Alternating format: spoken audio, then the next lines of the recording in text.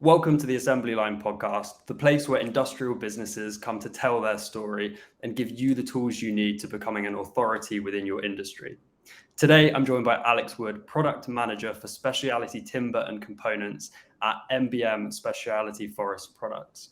Alex is an expert in all things wood after being in the industry for many years. He's developed a massive amount of knowledge within the trade and has evolved in everything from building relationships with suppliers in places like North America and Scandinavia to managing sales and marketing components for timber here in the UK. His mission is to promote wood as a sustainable construction material and help educate others on this incredible natural resource. Alex, welcome. How's it going? Thank you guys for having me on and for inviting me to take part. It's great to have you. So, Andreas, are you happy to kick things off? Yeah, of course. Let's get started. So, before we really get into it, can you tell us a little bit more about your role at MBM? Yeah, absolutely. So, I actually am quite fortunate. I think I've got one of the best roles within the industry. My current position is to link both the supply chain in terms of production and manufacturing at source, right the way through to the end user manufacturer, delivering to the manufacturing, building and construction trade. It's really exciting because you get to be part of the development of new products, innovation, creation, and almost your remit is to be creative, is to look for opportunity and really to drive potential new product lines. There is no sell this, go there, do that. It's simply to reach out to manufacturers and sawmills and say, what are your capabilities and what can you do? And reach out to the end user manufacturers and say, what are your problems? You know, what are the pinch points and pressures of your business and how can we alleviate them? Sometimes you can fix those problems and sometimes you can't. But every day the industry is evolving.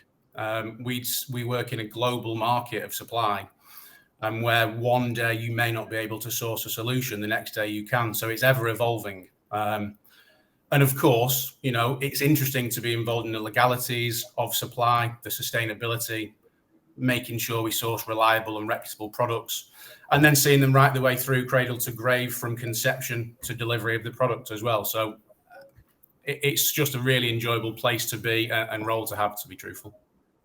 Fantastic. I mean, when we first started kind of engaging with each other on LinkedIn, I thought the role and the types of things you're up to, engaging with suppliers, but also going to visit specific clients and customers, I think is a really diverse mix of activities that, you know, I know we're going to be able to share with the audience today. So before we get into that, before we get into the technical side of things and the types of things that you're doing from a sales and marketing perspective, can you describe a bit more about your journey into becoming a product manager for specialty timber and components at the moment? No, absolutely. I've had a very varied career progression over just shy of 20 years now. I essentially joined the industry just after my 18th birthday and have stayed in it ever since, bar a little bit of traveling. And I've worked right the way from when I joined the industry. My first job was a measurer and picker and grader of timber. So I started selecting packs of timber off a shelf, turning them, grading them, picking them into jobs and sending them out to mainly manufacturers. From there, over the years, I've found great interest in all the roles I've done, but they have been varied. So transport, customer service, manufacturing, sales, procurement and sourcing, obviously more recently, and a little bit of people management. But essentially, there aren't many roles that I haven't seen, which sort of show me the opportunity to see where people have pressures and how different people have different pressures and whether they can or can't resolve them. So I've had a brilliant 19, 20 years so far. And fortunately for me, I've got 20 more to go. So ask me again in 20 years. Well, we'll be sure to have you again then, Alex. That sounds really interesting. I'd like to just, if you wouldn't mind, dig deeper in terms of those initial stories and experiences of when you were a 18-year-old coming into the industry. What did it look like then, and what are some of those kind of contrast differences to what the industry is like now? I think Certainly technology's come on a long way, and it's helped manufacturers no end. I mean, most processes were manual, or rather a large percentage of processes were manual. And over 2 decades, so many of those processes have been modernized, because what used to be quite varied in the end product, because it was, touched by man, now can be very much a consistent product, which is ideal for industry.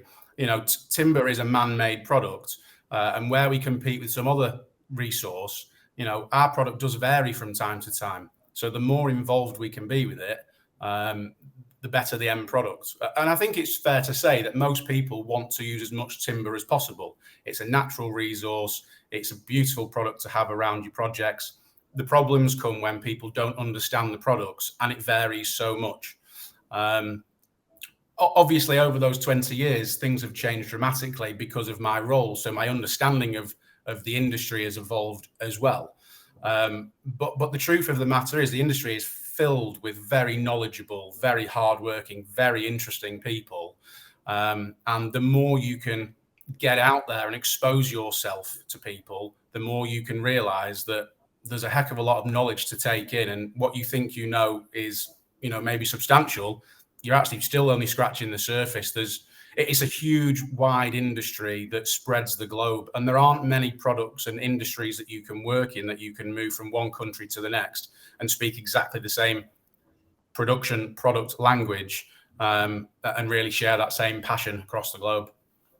Of course. And I mean, it's interesting to hear how fast moving the industry is, even though initially on first inspection, you might think, it takes a long time to grow and produce these types of resources. But in terms of that development and the sort of sustainability practices that you have in place, obviously there's that sort of continuous turnover, and the stock is developing all the time. I mean, is there anything in terms of you personally that has brought you into the industry? What was the reason for you getting started in the space? Interestingly enough, I started in the industry because there was a job available.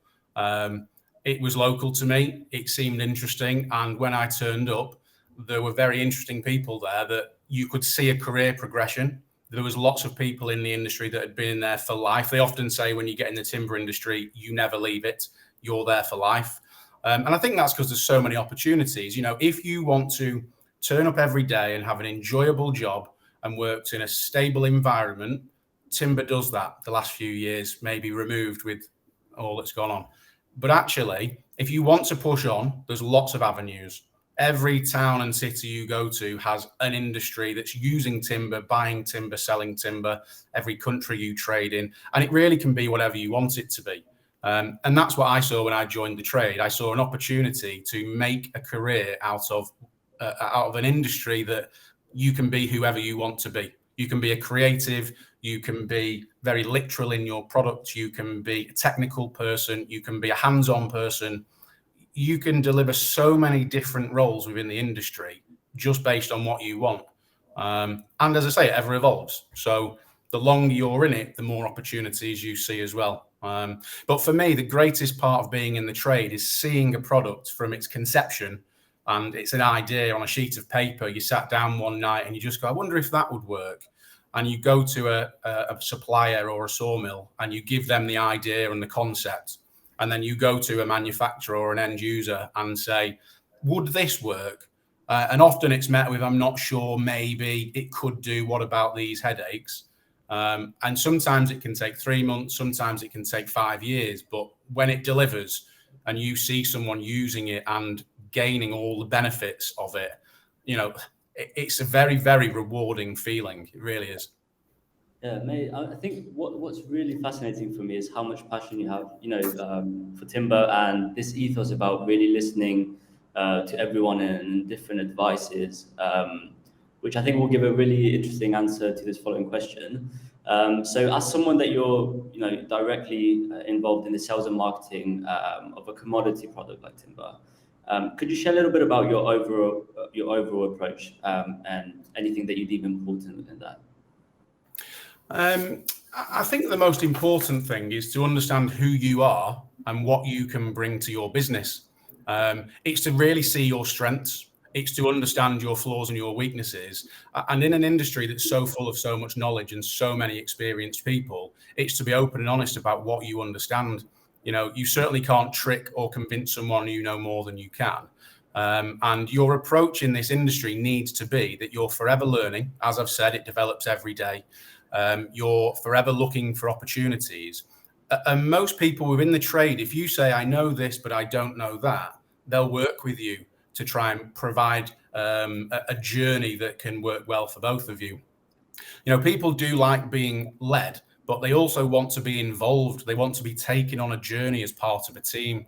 So I think it's important to constantly develop together and to involve those people around you. Lots of people have had different experiences and journeys through the trade. And it's really important to share those with like-minded people. So it's important to remember who you are, where you are, why you're there. And as a rule, from my perspective, it's to add value to a business, to develop a product, to improve a process, and to understand the pressure points within the businesses you're working with and trying to improve and develop as much as you can. And also understanding your job is never done. When you think, brilliant, I've sourced a solution to their problem, that doesn't mean that problem then goes away and doesn't rear its head again. It constantly develops. So as soon as you've fixed one problem, you move on to looking for the next problem that you can resolve. Interesting. I mean, as someone, who's been through this for so many years, would you say that this approach has been almost like consistently effective throughout? I would absolutely say so, because as I say, people want to be involved in a journey. Most people that you trade with are business owners or leaders of their own industry, and they're constantly looking to be just better than the rest. Everyone's constantly striving for improvements. There are roles around continuous improvements where you can think you're a completely fully operational, running in every direction is going very, very nicely. And then all of a sudden you realize, but we've missed an opportunity. I think you have to constantly look to develop yourself as a person, the products you're in, and the group of people that are around you, and also the way that you communicate with the other industries. Just because you're in the timber industry doesn't mean you only communicate with the timber industry. We have a very close relationship with paint providers and manufacturers of fixings and fixtures and ironmongery and glues and adhesives. And these are ongoing. Sometimes the developments don't come from within us and our trade. They can come from other industries that say, we've come up with the new paint system or a new adhesive or a new treatment for, durability or aesthetics. And we work together that way as well. So I think that will never change. I think if you want to be successful within your business and drive it forward, you have to constantly be looking for what's next around the corner.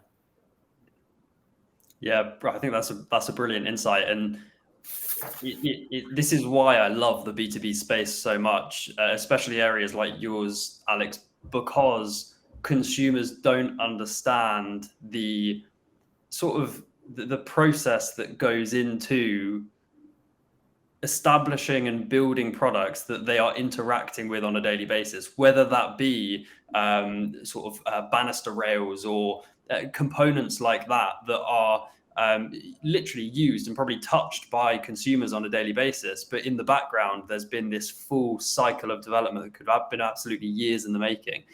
So I think that is really the crux of it for me. I know you've started to get more involved in the marketing side of things and almost trying to share your knowledge and the knowledge of MBM out to your audience. What role do you think the likes of social media and more modern day marketing plays in achieving these objectives that you're sharing? I think anyone who follows me will see that I have a great value. I see a great value for social media. I think it has lots of advantages. I don't think you can ever take away from face-to-face interaction and developing of relationships. However, what social media does is it allows you to deliver the same message to a magnitude of groups of people. And also it means that they can consume that information when they want to in their own personal space. We often hear of people sat at home on the sofa watching YouTube clips about joinery products and how they can develop.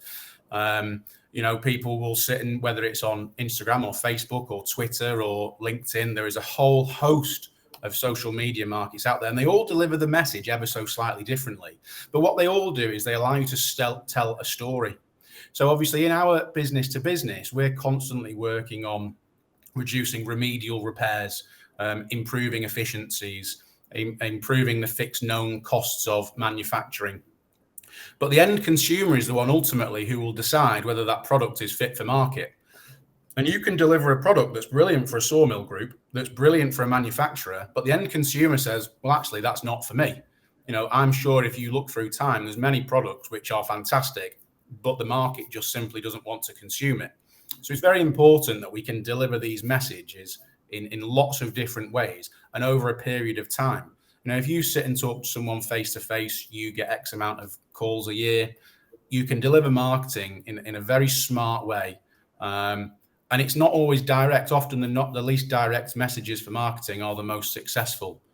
It's something I'm learning more and more about. And to be honest, the professionals in the marketing world, I just think are brilliant. Some of the things that I see, the way that they don't ask for the product information, they ask for the journey that they want the customer to go through. It's a real clever way to sell a product or a concept or an idea.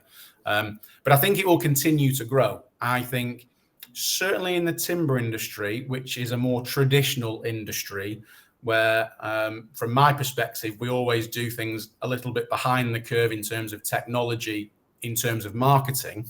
I think we're very quickly catching up. And I think people are seeing the value of social media and marketing, and it's developing very, very quickly.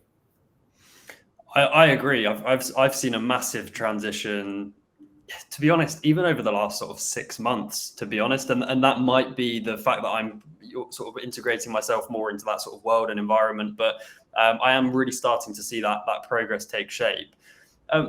One of the things that I'll just jump back to on that is I know a lot of what you do is around education and really showcasing the value of particular product ranges. How do you navigate providing this element of value and helping people understand the messages that you're trying to get across on channels like LinkedIn, which I know you use quite frequently? Yeah, it's about providing content which people want to follow. The opposite to what I've just said is there's so much content. If you get your content wrong, it's very easy to be bypassed. There's a lot of tools out there at the moment which help you create content. And if you don't understand it, it's very easy to think you're being busy in the space and not actually being productive. And this is where a true professional in that field will deliver so much more, and why I now take so much advice from people with that experience. As I said earlier in the show, it's about surrounding yourself with different people with different ideas and different experiences. For me, marketing used to simply be put a sheet of paper out with features and benefits in an image and then deliver a call to a price point. That was marketing. And actually, I've learned it isn't. It's about that journey. And it's just important to understand your market. On LinkedIn, you're very much business to business. It's about fixed costs. It's about efficiencies. It's about improving the reputation of that industry. And I think actually, if people are on LinkedIn, they're already on the journey. So you just need to capture their time. And with a good strategy, it's quite easy to do. As I said earlier, people want to go on that journey. They want to be involved. It's amazing how many people consume your content without necessarily being involved as well. I see this regularly. I'll go to a customer and they'll say, I saw that post you put on LinkedIn the other day. I'm interested in your product. And I say, well, why didn't you like or comment or share? And they say, well, I liked it and I'll speak to you when I see you. I think actually, if we all developed our social media use more, we would actually gain more knowledge and share more information more readily. And we'd pick up, more tips and advice from people that we should be. Absolutely. I think what you say is really important, especially I'm interested to find out a bit about your approach in terms of how you handle kind of buy-in internally for, having such a presence on social media, because one of the challenges, I guess, that business faces getting the whole team in the business actively engaged within these marketing activities. So how do you approach that? How do you get others to also kind of see your vision of how powerful this is? It's an interesting question. As I say, the timber industry is not as advanced as other industries, and I still believe that social media is seen as 50-50. Some people still believe it hinders the industry because you're sharing market information. I actually go completely the opposite way. If you believe in what you do, sharing information doesn't detract from your business. It adds value to your customer base. It's an interesting concept. I'm constantly working on developing people's acceptance. And I say it that way because it is still building people's acceptance. We have a lot of passive users of social media who are on there, specifically LinkedIn, and aren't actively involved, but are on there. I think it's generally growing. I think business leaders are seeing it being used more. So the business units are actively posting and commenting and sharing information more widely. And it isn't just a picture of a product, it's a journey of the product through its cycle. But it is a constant growth strategy to try and get more people involved. I 100% believe that sharing information on social media, specifically LinkedIn, will grow and develop your industry. And that's what I'm here to do. I'm here to grow and develop the timber industry, to share knowledge, to grow the reputation of the product, and to develop the use of timber within construction.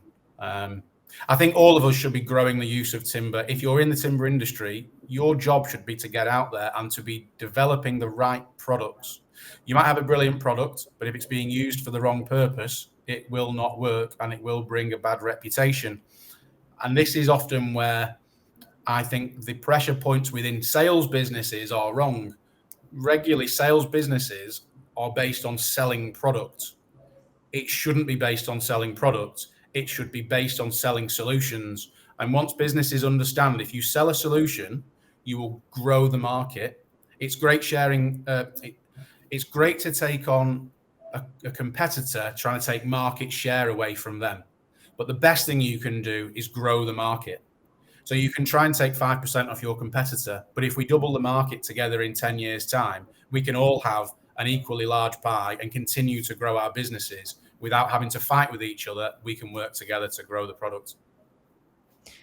That's such an interesting point. And I think there was a level of resistance, even about the concerns in terms of being transparent and the types of things that you're currently doing, and the risks that could pose with other competitors within the marketplace, right? And I think many people are really starting to intimately understand now that isn't the risk. The risk is not getting involved in there in the first place.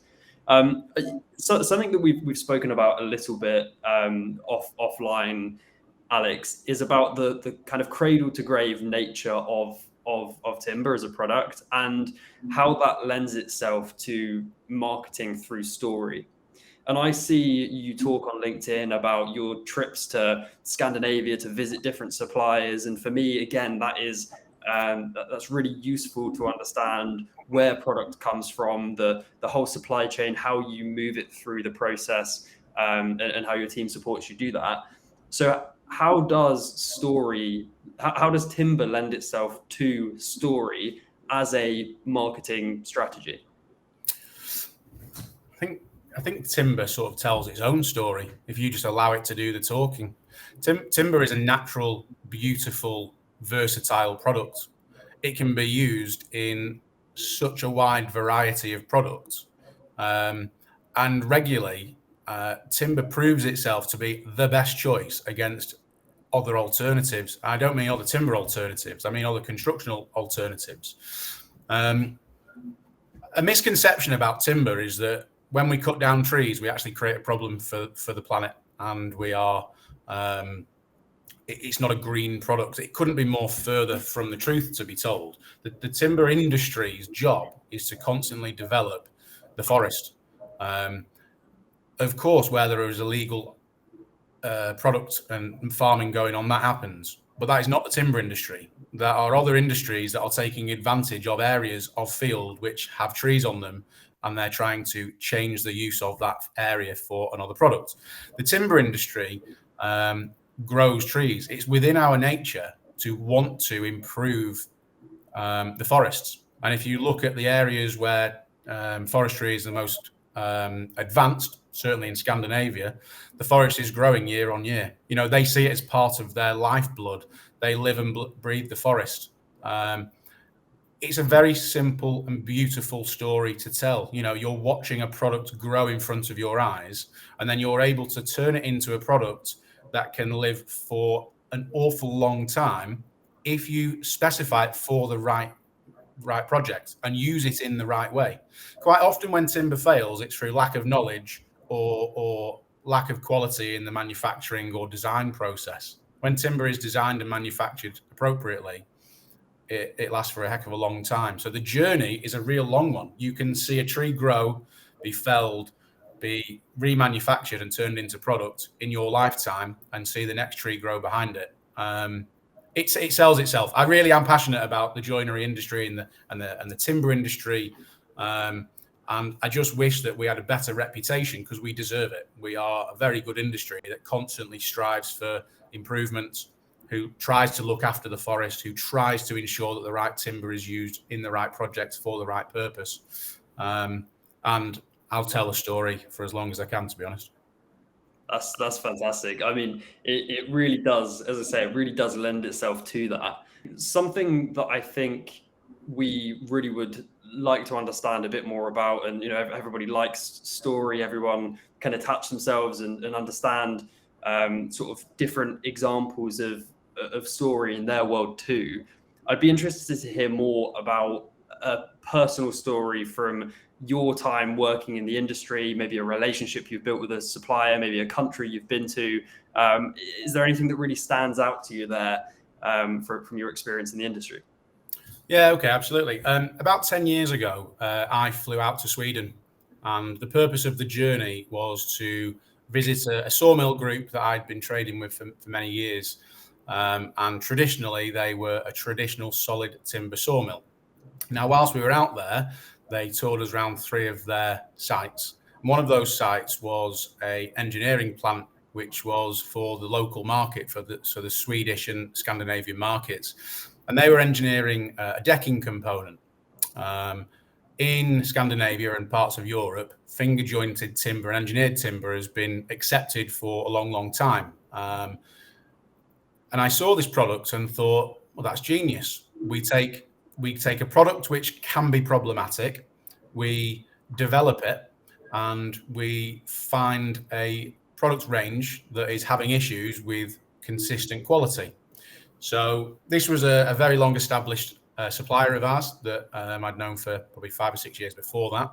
And I came back to the UK with a bag full of samples and a pocket full of literature and a heart full of enthusiasm.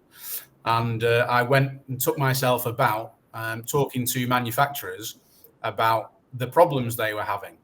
Now, as is the timber trade, we are very set in our ways, and it does take us a while to change. You know, if we've done something for a decade, we know it works and we're experienced in it. And new things can concern us because we don't know how it will deliver down the line. But when we change and we stick.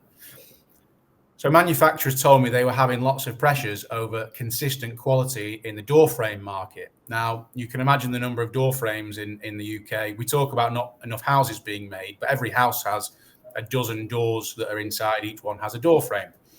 And a door frame seems like quite a simple thing. It's a relatively short, relatively small piece of wood. But the problem is it needs to be very straight, it needs to be very flat, and it needs to perform, because if it doesn't, the door simply won't open and close. So they were using traditional timber, and they had a big joinery workshop, and they were cutting and carving and grading materials. And even after all of that process, then when they apply some paint and dry it, they would have problems. They saw this engineered product and said, this could be brilliant. And you know, it starts with one person saying, let's give it a go, let's try. It's always someone who's willing to be creative and take a gamble. And, you know, in life, you have to take gambles, and you try and take educated gambles, but you have to take gambles. and they took in some door frame, and they took a product which was delivering around 70% yield, and then a little bit of waste after with remedial works, and they got it up to 98% yield out of the product. Wow. And in terms of a manufacturer, that improved efficiency is huge, and that's something that Timber Components have done for the last decade since that as well. And I won't say it's all my doing, but it was. No, it wasn't. But the purpose is people have constantly been striving to produce components. And 10 years ago, when I saw this opportunity, I thought, well, why is every piece of timber not a component? Why is every piece of timber not engineered to improve its feature and benefit to the sector it's in? Now, as it's happened, the stair market, the door market, the window market, the furniture market, they've all really taken to engineering. And over the years, the way engineered products has been made has improved, the quality, the grading. I mean, now when you buy engineered timber, you can specify 50 different variations in the timber and you can get exactly what you want. You need to answer to me what the product is, why you want it to be improved, how you want it to be improved, and there is a mill somewhere that will source that material for you. So, and it's lovely to see that from a decade on, that same industry is still using engineered wood, but actually now it's engineered slightly different. So it was a solid piece of timber just engineered in the length. And then they said, well, we can make it a higher quality by engineering it in the thickness as well. And then they said, well, actually, we'd prefer to have no knots in it. So we took the knots out. But actually, we then went a step backwards because we over-engineered the product and we made it more expensive than it had to be. And we said, can there be knots allowed on the back of the product where it will never be seen? Yes, they can. And it brings the price point down. So engineering can not only improve the product, but it can also reduce the cost of the product, and it improves their efficiencies. So anyone who's willing to take a gamble has succeeded. And that was when I saw my personal journey develop. And I thought, this is the way the market will go over the whole of my career. And the sooner I get involved in it and learn the supply base and learn the technicalities, the stronger I will be as a person to be able to deliver that information into the construction sector. And now we see engineered timber used in sheet materials, constructional wood, joinery products, right across the field. And it's slowly but surely becoming more and more commonplace. Well, that was certainly a very inspiring story, I would say. I really love seeing, this passion come alive because, and this ethos especially about, continuous innovation, finding solutions to little problems or even big problems and just implementing that and seeing that change is very powerful. And I think that's something that Joe and I have always done within our business from the very start, is finding innovation, opportunities for solutions. I can really resonate with that. If we go a little bit back now to, let's talk about a marketing strategy again. So obviously timber is such a diverse product and you have different target markets that you can focus on. How do you kind of approach those different segments? So your marketing needs to be driven around the pressures within the industry you're targeting.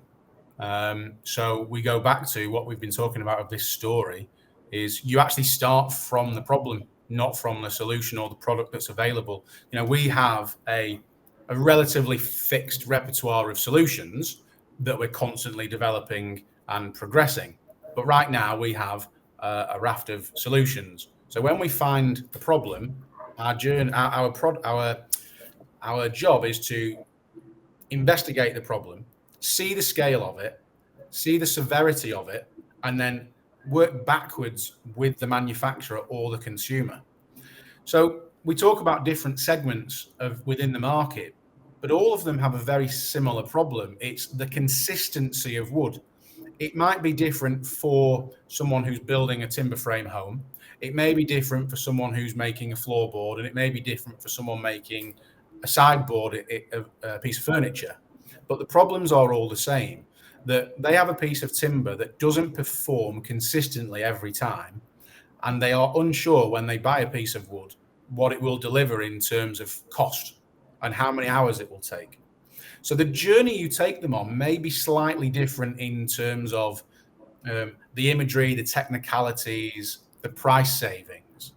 But actually what's quite good is the whole purpose of every journey is the same. we've seen you have a problem. We can fix it. With some discussion between us, you tell us what you can allow and what you can't, and what the pressures of your business are, and we can deliver you a solution. More and more in manufacturing, things like CNCs, very highly skilled operating machinery is being used where the tolerances are very, very small. Engineered wood can deliver within that sector. So whether you're making any timber product, the approach towards our marketing and the way we tailor it to them is just to constantly remind people of the problem and how we can fix it and take it away, and then what their life will look like once the problem no longer exists. And then their job isn't to look for timber innovation. That's our job. Their job is to look for product innovation. So if they're making furniture, they don't want to worry about getting a better quality product of timber. They want to worry about the next type of furniture, the next type of desk or appearance or aesthetic, or the next market they're in. So it's simply about delivering an external procurement channel for a manufacturer and an external supply chain and sales force for a sawmill group. But the journey is very similar for everyone. Yeah, interesting. I think that's fantastic. And obviously, I know recently you've launched your LinkedIn newsletter, which I think includes some fantastic content. Before we finish up, I want to understand a bit more about your reasons for choosing to produce some longer form content as well as the shorter form stuff that you've already done on LinkedIn. And I think that is my understanding of social media has changed somewhat, where different people consume information in different ways. You know, in the same way I want to give out information in one manner, I understand that the person reading it might take it in different manners. So some people like to see images of problems and solutions and what the product looks like. Some people want to read very technical information. Some people will want to see a story. So varying your content helps grow your listener base, or the consumer base of people that will take in your information. I always struggle with how much information to deliver on social media, because quite often too much information bypasses people, but it is still a technical product that we deal in. So there are certain technical nuances to our product that we need to showcase. But it's simply varying formats for different people, and also different times of the day. I'm sure some people consume different content in the morning to the way they do in the evening when they're at home. So it's giving you the opportunity as the consumer to take it in however you like, really. But the message is the same, whether it's short or long form content. It's to deliver a journey of, we're here to source a solution to your problem.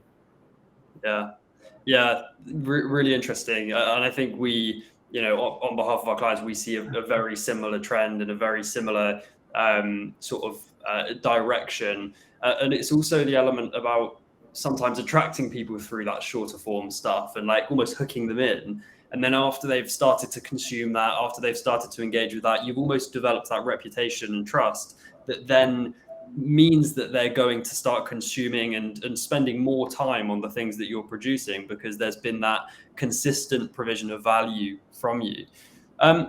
Just again, a quick question before we finish up. I'm really interested to hear about any over your sort of 20-year varied career in the space, any unexpected challenges or difficulties that you've had within the sales and marketing strategy side of things. Is there any kind of notable experiences that you'd mention there, where maybe something didn't quite go as you had expected or wanted, and then how you changed and pivoted that? Yeah, I think you have to always accept that when you're in product development and you are taking gambles on new product and innovation, things will go wrong. Things will from time to time go wrong. And we've introduced products which we believed would have been perfect. There was a skirting board product that we thought, this will take over the world, and we put some time into it, and it just wasn't consumed, and people just didn't want the product. And I still don't know why to this day, to be honest, because from our perspective, it was a fabulous product that fixed a lot of the problems within a house builder's sphere.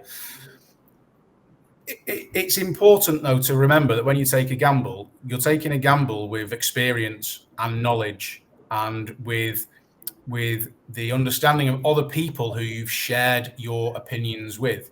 So when you take a gamble, I'm not really sure if it should be called a gamble in industry, because you're using, decades and decades of knowledge across a variation of people within your industry, but never stop taking risks. You have to continue to take risks. You have to continue to test the market. And I will continue to keep moving forward and trying innovation and creation. And I know I will get more products wrong, but I will continue to develop new and interesting products. But it is important that no one stops for all the things that go wrong. As long as at the day you made the decision, you had all the information to hand, you'd done your due diligence, you'd planned the market, you'd investigated it, you'd checked with the estimated consumer that the product was going to have a marketplace. If it doesn't sell, it doesn't sell. It does happen, but you can't stop and go, let's not do this anymore. We have to constantly innovate and create. Fantastic. I think that's a great point.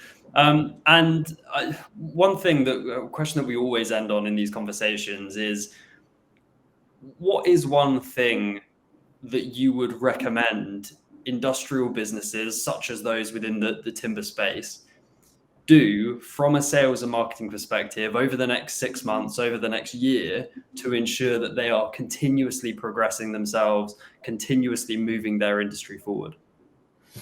I think people and industry have to be brave. They have to listen, and they have to learn, and they have to evolve on a daily basis. They need to task teams that they employ to do the job that they've employed them to do. They need to search for solutions and not products. And ultimately, you need to remember that what you're there to do is to help the industry thrive and not just survive. Brilliant. Fantastic. And just now we're coming to the end of the episode of the Assembly Line podcast. I want to give you the opportunity, Alex, to share where people can find you, what they can sign up to, anything that they can follow to develop more of an understanding of the timber industry. So most of my content will go out on LinkedIn, where you can find me on there. And obviously, if you follow our business page, which is MBM Specialty Forest Products, we're constantly updating the creation and innovation that we are sourcing around the globe. And ultimately, my contact details are on there. Reach out, let's talk. I think there's nothing better than a face-to-face, sit down, have a coffee, and walk around and talk about the potential. It doesn't have to be timber. It can be construction-related materials. We all work together. Fantastic.